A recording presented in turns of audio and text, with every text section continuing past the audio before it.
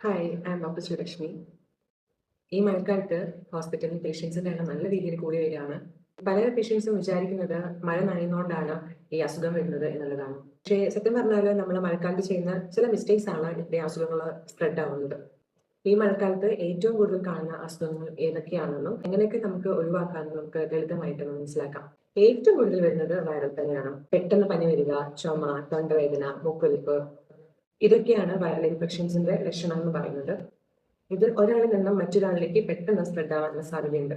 അതുകൊണ്ട് പനി ഉണ്ടെങ്കിൽ നന്നായിട്ട് വിശ്രമിക്കുക, നന്നായിട്ട് വെള്ളം കുടിക്കുക, ഭക്ഷണം കഴിക്കുക. തുമ്മുമ്പോഴും ചുമയ്ക്കുമ്പോഴും വായും മൂക്കും നന്നായിട്ട് മൂടുക. പിന്നെ കൈകൾ ഇടയ്ക്കിടെ സോപ്പ് ഉപയോഗിച്ച് നന്നായിട്ട് കഴുകി വൃത്തിയാക്കി വെക്കണം. പിന്നെ അടുത്തെന്ന് പറയുന്നത് ഡെങ്കിപ്പനിയാണ്. മഴക്കാലത്ത് ഏറ്റവും പേടിക്കേണ്ട ഒരു അസുഖമാണ് ഡെങ്കിപ്പനി. ഇത് കൊതുകിലൂടെയാണ് പകരുന്നത്. അതുകൊണ്ട് വീടിന് ചുറ്റും വെള്ളക്കെട്ടുകൾ ഉണ്ടെങ്കിൽ അത് കെട്ടി നിൽക്കാൻ ഒരിക്കലും അനുവദിക്കരുത്. ഡെങ്കിപ്പനിയുടെ പ്രധാന ലക്ഷണങ്ങൾ എന്തൊക്കെയാണെന്ന് നോക്കാം. ഉയർന്ന പനി, കടുത്ത ശരീരവേദന, കണ്ണിന് പിറകില് കടുത്ത വേദന, അതുപോലെ ഛർദി, ശരീരത്തിൽ ചുവന്ന പാടുകൾ ഉണ്ടാവാം. ഈ ലക്ഷണങ്ങൾ ഉണ്ടെങ്കിൽ ഒരിക്കലും സ്വയം മെഡിസിൻ എടുത്തിട്ട് വീട്ടിൽ ട്രീറ്റ്മെന്റ് എടുക്കരുത്. പിന്നെ വരുന്നത് എലിപ്പനി.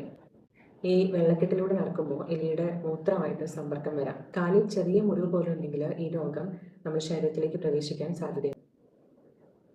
പനി, കടുത്ത പേശിവേദന, ഛർദി, മഞ്ഞപ്പിത്തം ഇതൊക്കെയാണ് ഇതിന്റെ രോഗലക്ഷണങ്ങൾ. അതുകൊണ്ട് വെള്ളക്കെട്ടിലൂടെ പോകാനുള്ള സാഹചര്യം ഉണ്ടെങ്കിൽ ഒരു ബൂട്ട് ധരിക്കുക. വന്ന ശേഷം ഒരു സോപ്പ് ഉപയോഗിച്ച് കാലുകൾ നന്നായിട്ട് വൃത്തിയാക്കാം. പിന്നെ വരുന്നത് വയറിളക്കം, അതുപോലെ ഭക്ഷ്യവിഷബാധയാണ്. മഴക്കാലത്ത് ഭക്ഷണവും വെള്ളവും പെട്ടെന്ന് മലിനമാകും. അതുകൊണ്ട് പഴകിയ ഭക്ഷണം കഴിക്കരുത്. തിളപ്പിച്ചാറിയ വെള്ളം മാത്രം കുടിക്കുക. വയറിളക്കം വന്നാൽ ശരീരത്തിലെ വെള്ളം കുറയുന്നതാണ് ഏറ്റവും വലിയ പ്രശ്നം. അതുകൊണ്ട് ORS കുടിക്കുക. കുട്ടികളും മുതിർന്നവരും കൂടുതൽ ശ്രദ്ധിക്കുക. പിന്നെ പലവിധ ചർമ്മരോഗങ്ങൾ.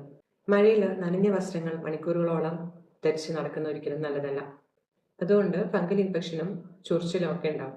അതുകൊണ്ട് മഴ നനഞ്ഞാൽ വസ്ത്രങ്ങൾ പെട്ടെന്ന് മാറ്റുക, കാലുകൾ നന്നായിട്ട് ഉണക്കിയെടുക്കുക. പ്രത്യേകിച്ച് വിരലുകൾക്കിടയിൽ നനവ് നിൽക്കാതിരിക്കാൻ ശ്രദ്ധിക്കുക. പ്രതിരോധശക്തി കൂട്ടാൻ എന്തൊക്കെ ചെയ്യാം? സമീകൃതമായ ഭക്ഷണം കഴിക്കുക, ധാരാളം പഴങ്ങളും ഇലക്കറികളും, ധാരാളം വെള്ളം കുടിക്കുക, നല്ല ഉറക്കം, കൃത്യമായ വ്യായാമം ഇതൊക്കെയാണ് ശരീരത്തിലെ പ്രതിരോധശക്തി കൂട്ടാൻ ഏറ്റവും പ്രധാനപ്പെട്ടത്.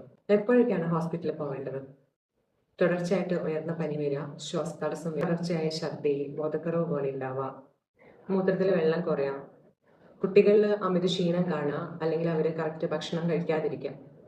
മഴക്കാലം അല്പം ശ്രദ്ധിച്ചാൽ നമുക്ക് പല രോഗങ്ങളും പൂർണ്ണമായും ഒഴിവാക്കാനായിട്ട് പറ്റും. ഈ വീഡിയോ നിങ്ങളുടെ കുടുംബത്തിനും ഫ്രണ്ട്സിനും യൂസ്ഫുൾ ആണെന്ന് തോന്നുന്നുണ്ടെങ്കിൽ അതിലേക്കും ഷെയർ ചെയ്യൂ. വീണ്ടും മറ്റൊരു ഹെൽത്ത് റിലേറ്റഡ് ടോപ്പിക്കായി പിന്നെ കാണാം. Thank you.